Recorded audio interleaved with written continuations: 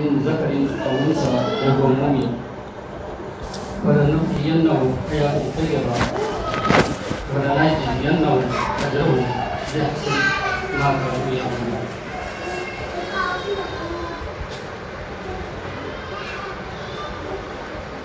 اس سے پہلے کہ بات شروع کی ہے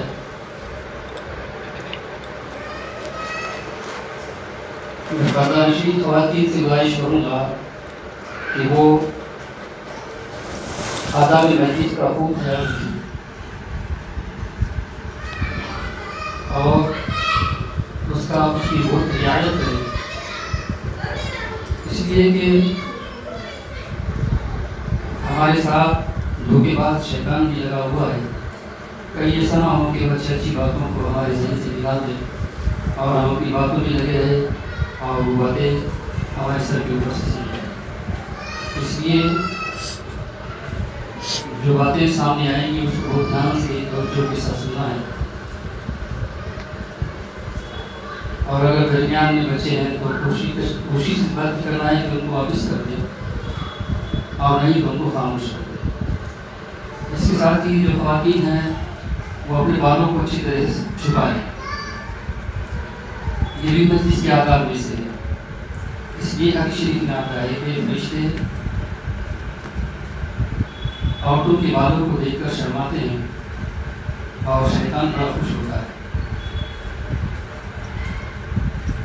اور ساری بات کو دھیان توجہ کے ساتھ سننا ہے.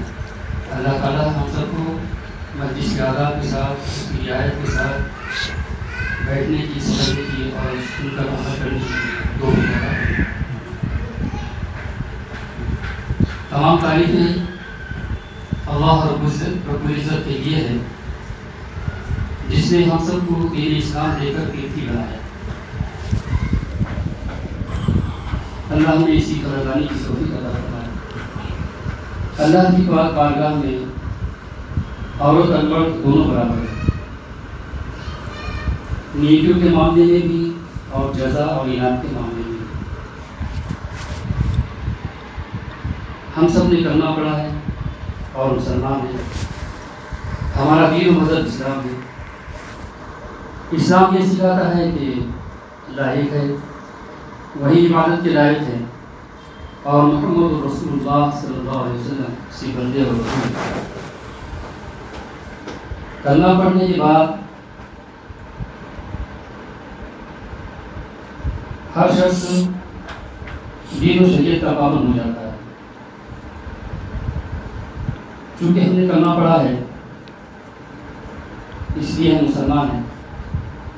تو اس سے پہلے کہ اور آگے میں بات پڑھاؤں، میں ان بہنوں سے گزارش کروں گا کہ آپس میں کلمے کا مذاکرہ کر لیں، ایک دوسرے سے کلمے کو سنیں. لا الہ الا اللہ محمد رسول اللہ. جس کو یاد ہے وہ سنائے، جس کو نہیں یاد ہے وہ سنائے.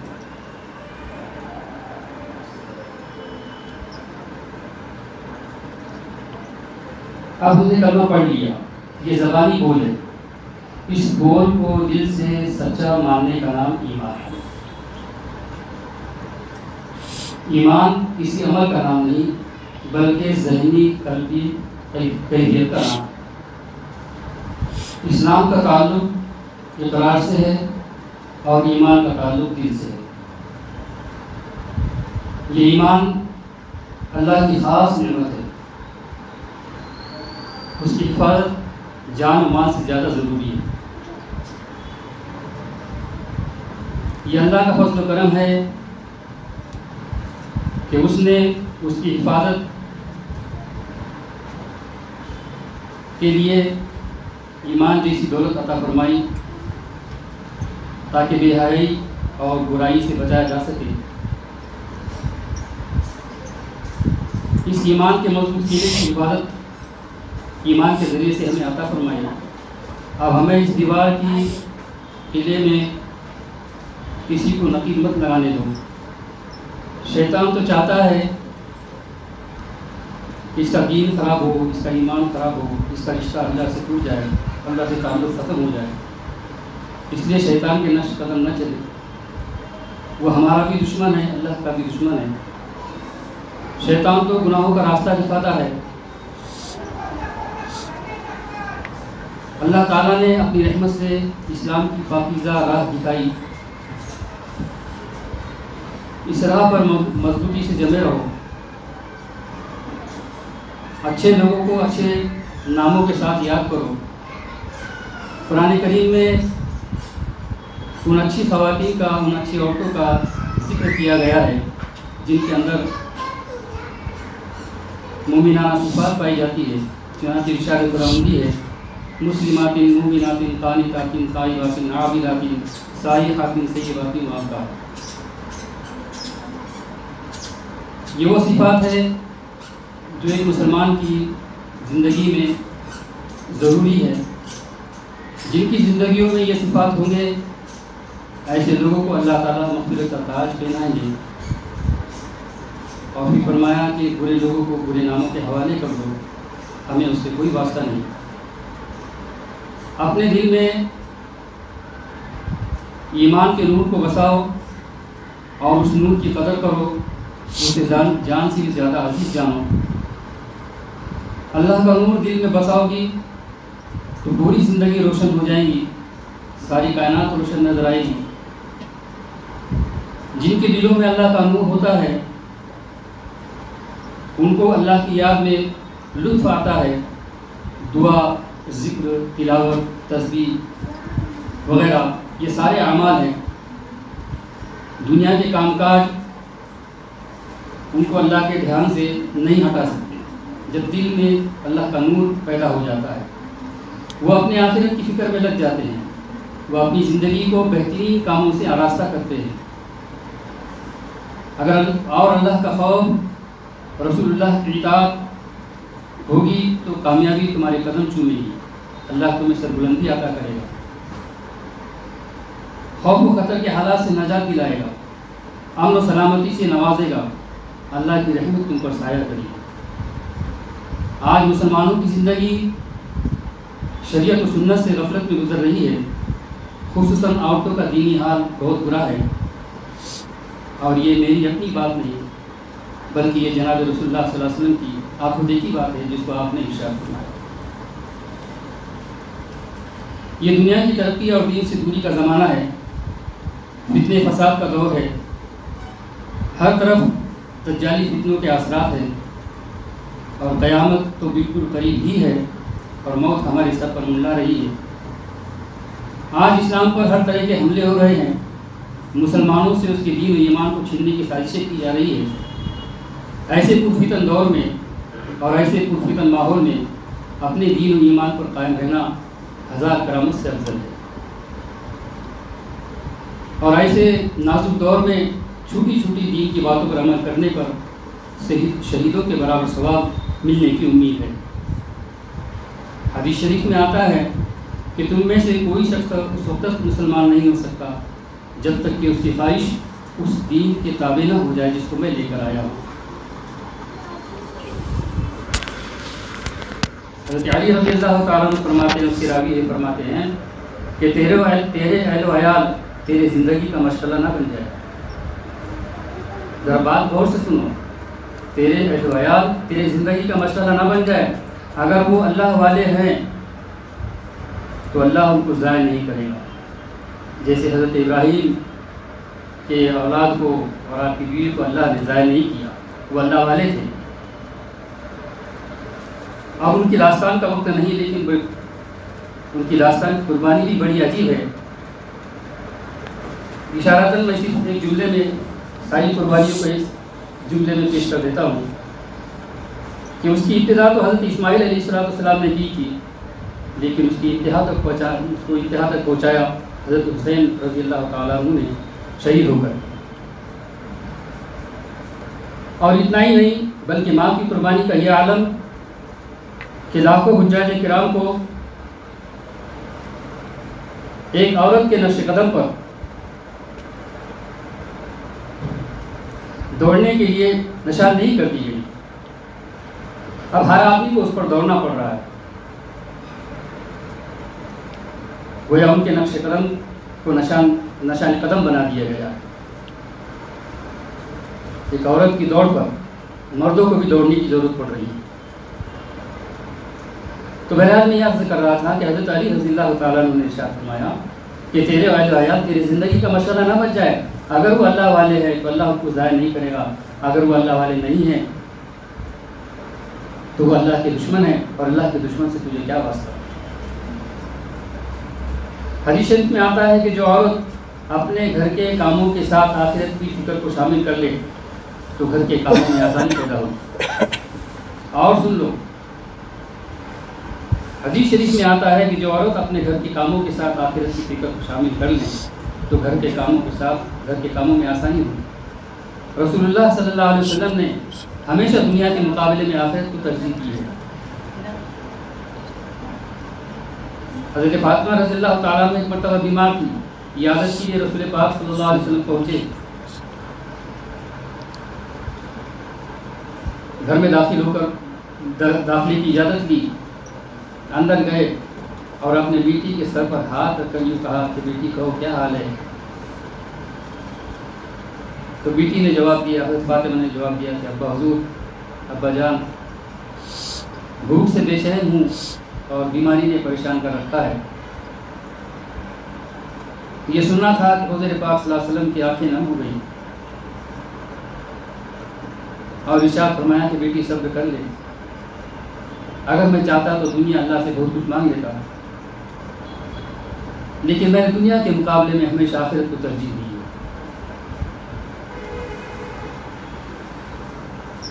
تو رسول پاک صلی اللہ علیہ وسلم نے آخرت کے مقابلے دنیا کے مقابلے میں آخرت کو ترجیح دی ہے. یہ اسوہ رسول ہماری زندگی کا قیمتی سرمایہ ہے. تمام امہات المومنین کو قیامت تک آنے والی عورتوں کے لیے نمونہ بنا کر پیش کر دیا ہے.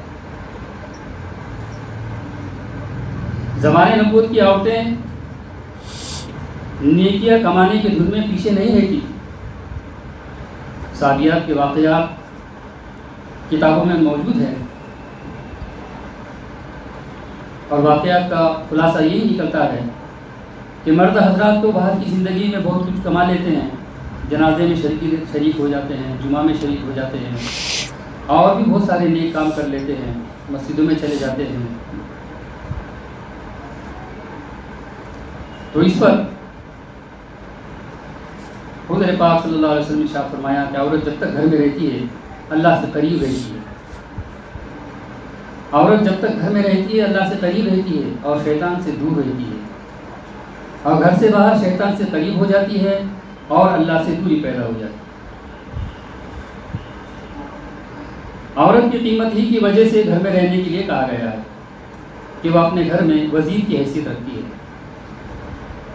پورے گھر کا ماحول عورت کے ہاتھ میں ہوتا ہے. وہ اپنے گھر کو نیک اور جنت کا گھر بنا سکتی ہے. ایک نیک عورت 70 اولیاء سے افضل ہے، یا 70 مردوں سے افضل ہے. وہ مائیں جن کی گود میں اسلام پڑھ رہا ہے، ان کو چاہیے کہ وہ ایک طرف سورہ احزاب کی تفسیر رکھیں اور دوسری طرف سورہ نور کی تفسیر رکھیں، اور ان کو سمجھنے کی کوشش کرے کہ ہمیں زندگی کس طریقے سے گزارنا ہے، اپنی آخرت کو کیسے بنانا ہے. وہ عورت جس کی گود میں تاریخ کی بڑی سے بڑی عظمتوں نے آنکھیں کھولی، جن کے پاؤں تلے جنت کی خبر سنائی گئی، آج اس کی گود ویران ہو گئی ہے. اس کا دین اس سے رسوا ہو گیا ہے، اس لیے کہ دین زندگی کے اندر نہیں ہے.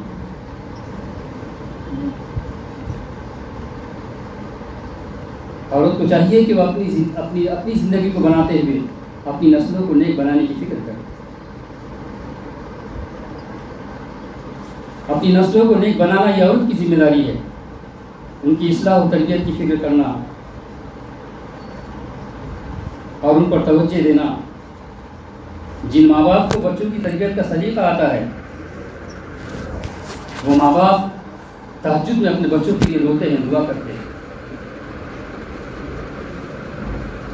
چنانچہ حدیث شریف میں آتا ہے مروا اولادکم بالصلاۃ سبعا، جب بچہ 7 سال کا ہو جائے تو اسے نماز کا حکم کرو. اکرموا اولادکم واحسنوا آدابہم، اپنی اولاد کی عزت کرو اور ان کو اچھے آداب سکھاؤ۔ علموا آدابکم حب نبیکم، اپنی اولاد کو نبی کی محبت سکھاؤ۔ قرآن کریم میں اللہ پاک نے ارشاد فرمایا یا ایھا الذین آمنوا قوا انفسکم واہلیکم نارا۔ جب یہ آیت پاک نازل ہوئی تو حضرت عمر رضی اللہ تعالیٰ عنہ اپنے اہل و عیال کی ذمہ داری کے اس احساس سے بہت متاثر ہوئے اور آپ کی خدمت اقدس میں پہنچے اور عرض کیا کہ یا رسول اللہ صلی اللہ علیہ وسلم، اپنے آپ کو دوزخ سے بچانے کا مفہوم تو سمجھ میں آ گیا، مگر اہل و عیال کو جہنم سے کیسے بچایا جا سکتا ہے؟ آپ نے ارشاد فرمایا کہ جن چیزوں سے خدا نے تمہیں روکا ہے تم اپنے اہل و عیال کو روکو، اور جن کاموں کے انجام دینے کا حکم دیا ہے تم ان کو اپنے عیال کو حکم دو، تم ان کا اپنے عیال کو حکم دو۔ بچوں کو ہر چیز کا سلیقہ سکھایا جائے۔ نفسیاتی طور پر بچوں کے مزاج میں نرمی ہوتی ہے، وہ اپنے ساتھ سختی کو پسند نہیں کرتے، ان کے ساتھ نرمی شفقت کا معاملہ ہونا چاہیے۔ اس لیے بچوں کی تربیت کی طرف خوب دھیان دینے کی ضرورت ہے۔ گھر میں نرمی پیار محبت سے رہنے پر بھی اجر و ثواب ہے۔ ہر ایک کے ساتھ اسی سلوک کا برتاؤ ہو، ایک دوسرے کے قصور کو معاف کرنا۔ جو دوسرے کے قصور کو معاف کرتا ہے اللہ اس کے قصور کو معاف کرتا ہے، اور جو دوسرے کے قصور کو معاف نہیں کرتا اللہ بھی اس کے قصور کو معاف نہیں کرتا ہے۔ جھوٹ، غیبت، چغلخوری سے پرہیز کرنا۔ حسد کرنے والے کی سزا تو میراث میں دکھلائی گئی۔ اللہ کے رسول صلی اللہ علیہ وسلم نے ایک موقع پر ارشاد فرمایا قسم ہے اس ذات کی جس کے قبضے میں محمد صلی اللہ علیہ وسلم کی جان ہے، کوئی عورت اللہ کا حق اس وقت تک ادا نہیں کر سکتی جب تک کہ وہ اپنے شوہر کا حق ادا نہ کرے۔ شوہر کی ناراضگی اللہ رسول کی ناراضگی کا ذریعہ ہے اور آخرت میں ذلت کا سبب ہے۔ عورت مرد کی خدمت اور اس کی رضامندی کو اپنے اوپر فرض سمجھے۔ عورت مرد کی خدمت اور رضامندی کو اپنے اوپر فرض سمجھے، یہ بیوی پر شوہر کا حق ہے۔ جس کام سے وہ ناخوش ہو وہ کام نہ کرے، اور اس کی مرضی کو پہچانے، اس کے مزاج کو سمجھے، اس کے مزاج کے مطابق اس کی خدمت بجا لانے کی کوشش کرے۔ اپنے شوہر کے عیب اور بد خصلتوں کا چرچا نہ کریں اور اس کو حقیر اور ذلیل کرنے کا ارادہ نہ کریں۔ اپنے دکھ صرف اسی کے سامنے بیان کرے، دوسروں کے سامنے بیان کرنا بدنامی کا سبب ہے۔ ہر بیوی اپنے شوہر کی عزت ہے، ہر شوہر اپنی بیوی کی عزت ہے۔ میاں بیوی کا اختلاف شیطان کو بہت ناپسند ہے اور آپس کا جوڑ اللہ کو بہت پسند ہے۔ میاں بیوی کے اختلاف سے زندگی کی رونق اور وقت سے برکت ختم ہو جاتی ہے۔ حضرت اللہ سمندی رحمۃ اللہ علیہ فرماتے ہیں کہ جو عورت نماز کے بعد اپنے شوہر کے لیے دعا نہیں کرتی اس کی نماز قبول نہیں ہوتی۔ پھر سن لو، جو عورت نماز کے بعد اپنے شوہر کے لیے دعا نہیں کرتی اس کی نماز قبول نہیں ہوتی۔ ایسے بھی ایک باوفا عورت کی پوری زندگی اس کے شوہر کی زندگی تو گھومتی ہے، زندگی کا ہر لمحہ ہر پل شوہر کی خوشنودی اور رضاجوئی پر قربان کر دیتی ہے۔ جو عورت یہ چاہتی ہے کہ میرا شوہر تقوی اور پرہیزگاری کی زندگی گزارے تو کیا کریں؟ وہ عورت ناجائز کاموں کو چھوڑ دے، غیر محرم کی طرف نگاہ اٹھا کر نہ دیکھے، ٹی وی نہ دیکھے، موبائل سے نہ کھیلے، میوزک اور گانے نہ سنے۔ جو گانے سننے کے عادی ہوتے ہیں وہ بہت جلد دین سے دور ہو جاتے ہیں اور دل سخت ہو جاتا ہے، حق بات ان کے دلوں پر اثر نہیں کرتی۔ مرد عورت ایک دوسرے کے لیے عطیہ خداوندی ہے اور تحفہ آسمانی ہے، یہ گڑیا گڑی کا کھیل نہیں ہے۔ قرآن پاک میں میاں بیوی کو ایک دوسرے کا لباس کہہ کر ایک گہرے رشتے کا احساس دلایا ہے۔ حضرت فاطمہ رضی اللہ تعالیٰ عنہ سے پوچھا گیا کہ عورت میں کیا خوبیاں ہونی چاہیے، تو حضرت فاطمہ نے عرض کیا کہ نہ غیر اس کو دیکھے نہ وہ غیر کو دیکھے۔ پردہ عورت کے لیے بہترین تقویٰ ہے اور تقویٰ تمام خوبیوں کی جڑ ہے۔ اور نگاہ کی حفاظت اس کے حسن میں اضافے کا سبب ہے۔ حافظ ابن حجر رحمۃ اللہ علیہ کی روایت ہے، فرماتے ہیں کہ نیک اور صاحب عزت خاتون کی علامت نقاب، حجاب اور پردہ ہے۔ قرآن پاک میں 7 آیات اور احادیث 17 پردے سے متعلق وارد ہوئی ہے۔ پردہ عورت کے لیے انعام خداوندی ہے، قید میں رکھنا، قیدی بنانا مقصود نہیں۔ قید تو انسان کے جرم کی سزا ہوتی ہے، پردہ تو انعام خداوندی ہے، اور اس میں عورتوں کا اعزاز ہے۔ بے پردہ عورتوں کی سزا معراج میں دکھائی گئی، اب اس کی تفصیلات کا موقع نہیں ہے۔ ہم پردے کا خوب اہتمام کریں۔ عورت کی آواز مرد کے لیے کشش ہوتی ہے، اس لیے فرمایا کہ بات کرو تو معروف انداز میں کرو، یعنی اس میں سختی بھی ہونا چاہیے۔ اسی طرح دروازے کا پردہ اور چہرے کا پردہ طرفین کے لیے بہتر ہے۔ بند سنور کر نمایاں ہو کر باہر مت نکلو کہ میں لوگوں کی توجہات کا مرکز بن جاؤں اور لوگ مجھے دیکھیں، شریعت نے اس کو منع کیا۔ دوسروں کے گھر میں جانے سے پہلے اپنے آنے کی اطلاع دو، اور گھر والوں کو سلام کرو، بغیر اجازت کے اندر نہ جاؤ، اور اجازت نہ ملے تو واپس لوٹ جاؤ۔ دنیا کی ہر عورت ایک مکمل انسان ہے، اور ہر نیک عورت پر اسلام و ایمان کے فرائض کی ذمہ داری ہے۔ آپ کا ارشاد مبارک ہے کہ جو عورت 5 کام کرے جنت اس کے لیے واجب ہے۔ 5 وقت کی نماز، دین اسلام میں نماز کو مرکزیت حاصل ہے، اس لیے 5 وقت کی نماز کا اہتمام، رمضان کے روزے، شوہر کی خدمت، اولاد کی تربیت اور پردے کا اہتمام، یہی وہ پاکیزہ اسلامی اخلاق طریقے ہے، یہی وہ ایمان کا تقاضا ہے۔ حضرت حارث رضی اللہ تعالیٰ عنہ کی خدمت میں حضرت ام حارثہ رضی اللہ تعالیٰ عنہ آپ کی خدمت اقدس میں حاضر ہوئی، جن کا لڑکا حضرت حارث انصاری رضی اللہ تعالیٰ عنہ شہید ہو گئے تھے۔